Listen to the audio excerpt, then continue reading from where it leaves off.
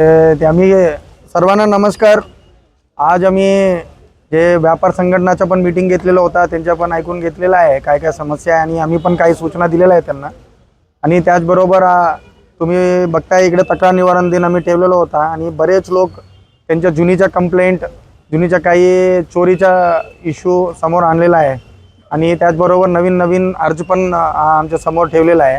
त्या अनुषंगाने आम्ही काय काय इश्यूज इकडे प्रलंबित होत आहे ते समजून सांगण्यासाठी एक अच्छा प्लॅटफॉर्म भेटलेला आहे आम्हाला। तो हा सुरुवात आहे आणि प्रत्येक अंमलदार इकडे जे पोलीस स्टाफ असतील अधिकारी असतील सर्व अत्यंत मोटिवेशनमध्ये काम करताय। आता ते बरेच दिवसापासून आमच्या प्रत्येक कारवाई सुरू झालेला आहे आणि आमचा एवढा बोलणं इच्छित आहे की पूर्ण श्रीरामपूर नागरिकांना एवढं बोलू इच्छितो की पोलीस तुमच्या पाठीशी आहे।